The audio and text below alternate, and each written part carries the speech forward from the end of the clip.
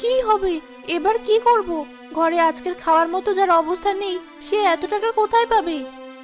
মা, আমাদের সেই সম্বল বলতে তো আরেকটা জিনিস আছে, আমাদের ধবলি। তুমি ওকে বিক্রি করে বাবার চিকিৎসা করাও। হ্যাঁ, এটা ছাড়া আর কোনো পথও নেই। তোর শখের ধবলিকে যে এবার বিক্রি করতে হবে।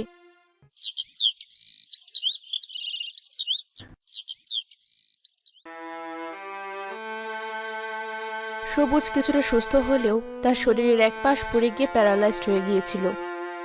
রিনা ইটের ভাটায় কাজ করে বেশ কষ্ট করে সংসার চালায়।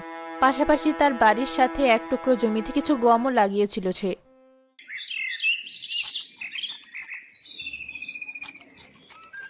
ওঠো, এই ওষুধটা খেয়ে নাও। তোমাকে কতবার বলেছি আমার জন্য ওষুধ আর এনো না। এত কষ্ট করে রোদে পুড়ে ভাটায় কাজ করছো, টাকাগুলো রেখে দাও, অসময়ে কাজে লাগবে। চাচা, তোমরা কেন? আমরা কি তোদের বাড়িতে আসতে পারি না? না হয় জমি জমা নিয়ে একটু ঝগড়া লেগেছিল তোর বাবার সাথে, তাই বলি কি তোরা আমাদের পর? তোরা তো আমাদের আপনজন।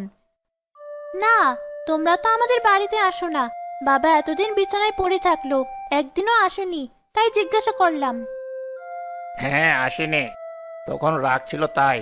যাই হোক, যে কথা বলতে এসেছি, জমিতে তো দেখছি ভালোই গম হয়েছে। এবার গম উঠিয়ে তোমরা আর ওই জমিতে চাষ দেবে না। কেন ভাই? জমিটা হিসাব মতো আমাদের,